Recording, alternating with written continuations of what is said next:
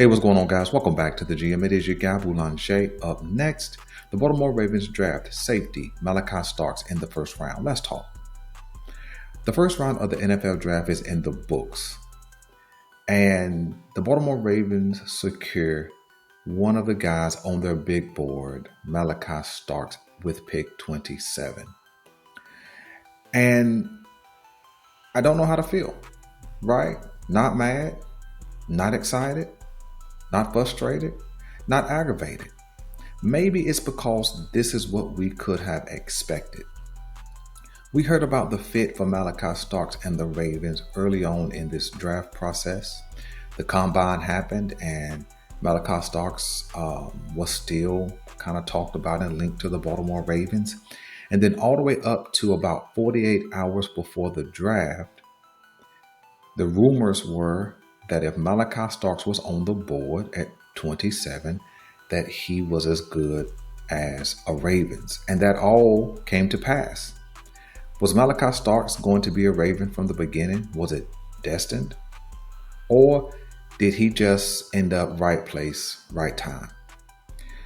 There's a mixed bag of feelings, reviews, if you will, in Baltimore Ravens Nation. All of the analysts, the sports media people, they gave the Baltimore Ravens an A for selecting Malaki Starks. Some of Ravens Nations were a little bit upset, a little bit frustrated with the pick.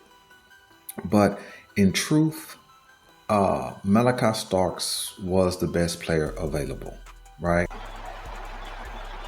Comes in the building where Starks made an impressive debut against Oregon 2 years ago. That is absolutely ridiculous by Malaki Starks. I mean, he played it just like a wide receiver. Make the handoff. Milrow cuts it back to the right, and Dogs do a great job defending that time. Malaki Starks stayed at home. Thorne gave it to him, and no gain.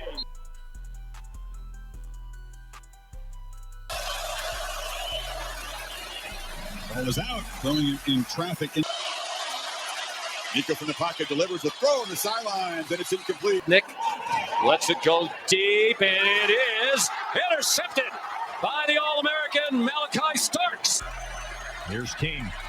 Incomplete. Down so far, pressure comes, and it's checked down. The catch is... And it just happened to be at a position that needed upgrading. Could the Baltimore Ravens have gone with an edge rusher where there were several still on the board? As Raku, who I talked about in the live a couple of different times, Mike Green, who just seems to have fallen off a lot of teams' draft board, or at least he has fallen until his value catches up with the off-field issues. Nevertheless, there was some edge rushers on the board. We chose not to take those guys. We chose not to trade back, which I thought we should have done. I said that way earlier in the draft process. I said I did not think that the Baltimore Ravens should draft at 27. They should move up with some aggression or move back. And I think there were opportunities definitely to move back because there's a ton of good talent still on the board. And so, but when it comes down to the Malaki Starks pick, what do we really think? Well, me personally, I'm okay with it, right? Because I think that I certainly expected it. I think that Malaki Starks is absolutely the best safety in the draft. He has good range. You know, coming out of high school, he was a track phenom. He has elite speed. He has elite range. He can cover. He can come down into the box and support the run. And he's physical. Everything you would want in a safety.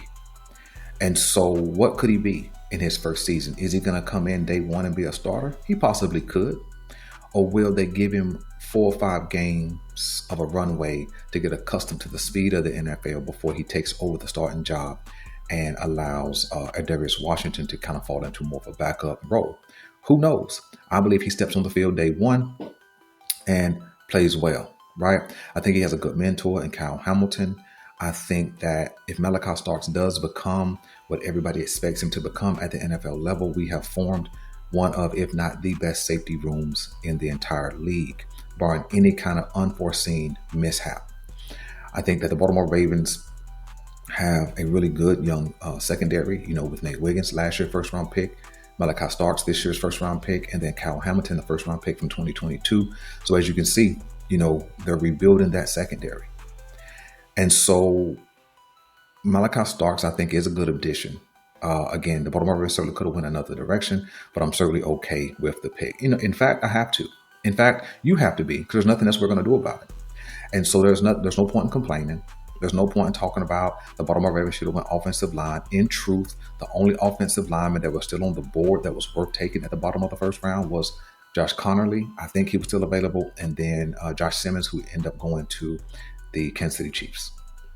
But other than that, those are the only offensive linemen that were still left with a first round, top of the second round type of grade. I think that the Baltimore Ravens have some work to do. We have some upgrading or some depth to establish on day 2. I think that they go to the trenches, quite possibly with both of their picks. I could certainly see them going offensive line, defensive line, or at least offensive line edge rush. Those are going to be the 3 positions the Baltimore Ravens target on day 2. There's no question about that for me. It's just going to be based on what's available. I would like to see a level of aggression from the Ravens and take a couple of those late round picks and move up into the 3rd and snatch a 2nd, 3rd round pick. Maybe you take a 4th and 2 6ths and try to get up into the bottom of the 3rd.